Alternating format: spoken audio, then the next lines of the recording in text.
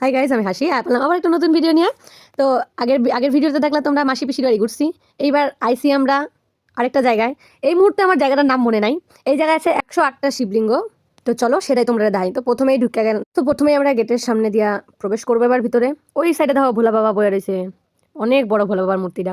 তো প্রথমে আমরা ঢুকে গেলাম মেন গেটের ভিতরে, যাই দিই অনেক লোক। এটার ভিতরে যে এত কিছু আছে আমার ভাবতেই অবাক লাগতেছে। চারদিকে তখন সন্ধ্যা সন্ধ্যা হয়ে গেছে, চারদিকে লাইট টাইট সব ধরাই দিছে। তো এদিকে সবাই দীপদান করতেছেন। এই জায়গা ছিল রাধা গোবিন্দের মন্দির। আর এটা তো সব থেকে সুন্দর, এই জায়গায় যত কিছু ছিল সবই সুন্দর, এটা সব থেকে সুন্দর। আমার খুবই মিষ্টি লাগছে জায়গাটা দেখতে। তো যাই হোক, রাধে রাধে। তো এই জায়গাটা দেখো, এটা হচ্ছে প্রসাদের জায়গা। আর এই প্রদীপ কোনো সময় নাকি নিবে না, সবসময় জ্বলে। তো আমরা মেনে 108টা শিবলিঙ্গের ওই জায়গায় যাবো। তো এর লেগে আমরা লাইন ধরছি, লাইনটা ছিল বিশাল বড়, তোমরা শুধু টাকায় দেখো। আস্তে আস্তে আমরা যাইতেছি, যাইতে যাইতে আমাকে জগন্নাথ দেবের সাথে আমরা দেওয়া হয়ে গেছে। এই জায়গায় নাকি বলে যোগ্য হয়, তো যোগ্য স্থানই মনে হলো দেখা।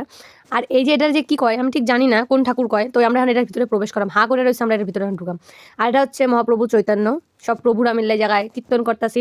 এই দেখালাম। এরপরে চলো ভেতরে দেখাই। ভেতরে ধরো 108টা শিবলিঙ্গ, মানে অনেকগুলা নাম। আমি আস্তে আস্তে যাইতেছি, টুক টুক টুক টুক টুক টুক। সবাই মানে দিদি, বড়দি, মেজি, মা, জিজুরা, আমার বর, সবাই মিলে একটা তোর নাম পড়তেছে, যাইতেছে। অনেকটা টাইম নিছিলাম না, আমি তো এত কিছু ঠাকুরের নাম জানতাম না, এতগুলা লিঙ্গের নাম।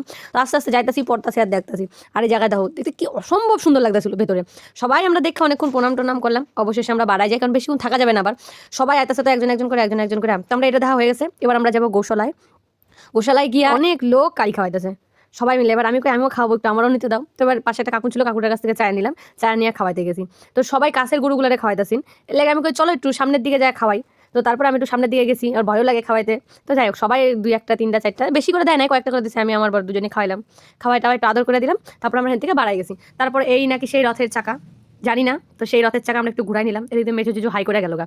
তারপরে এই জায়গায় ঢুকলাম। এটা হচ্ছে যে নারায়ণ ঠাকুরের অনেক অনেক রূপ, সেই রূপ দেখতে ঢুকছি, মানে অনেকগুলা রূপ। তার মধ্যে যে একটা যে সাপের মধ্যে শুয়ে থাকে।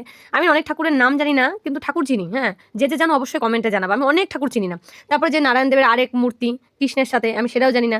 তো তারপরে এই জায়গাতে হচ্ছে সবাই প্রদীপের তাপ নিল একটু। তারপর আমার বর আমারও নিয়ে দিল, মা নিয়ে দিল। তো এদিকে দেখি আবার কতটি পাখিও রাখছে, মানে এই জায়গাতে সবকিছুই আছে। বন্ধুরা, আমার ভেতরে ধানি কমপ্লিট, বাইরে দেখি এই জায়গায় ধবলিও আছে।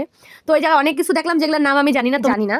তো এই মন্দিরটার নাম কি তোমরা যদি কেউ জানি না থাকো অবশ্যই কমেন্টে জানাবা। তো ভিডিওটা কেমন লাগলো অবশ্যই জানাবা, ভালো লাগলে like comment share and subscribe. দেখা হবে আবার পরের ভিডিওতে, ততক্ষণ লাগে অপেক্ষা করো, টাটা।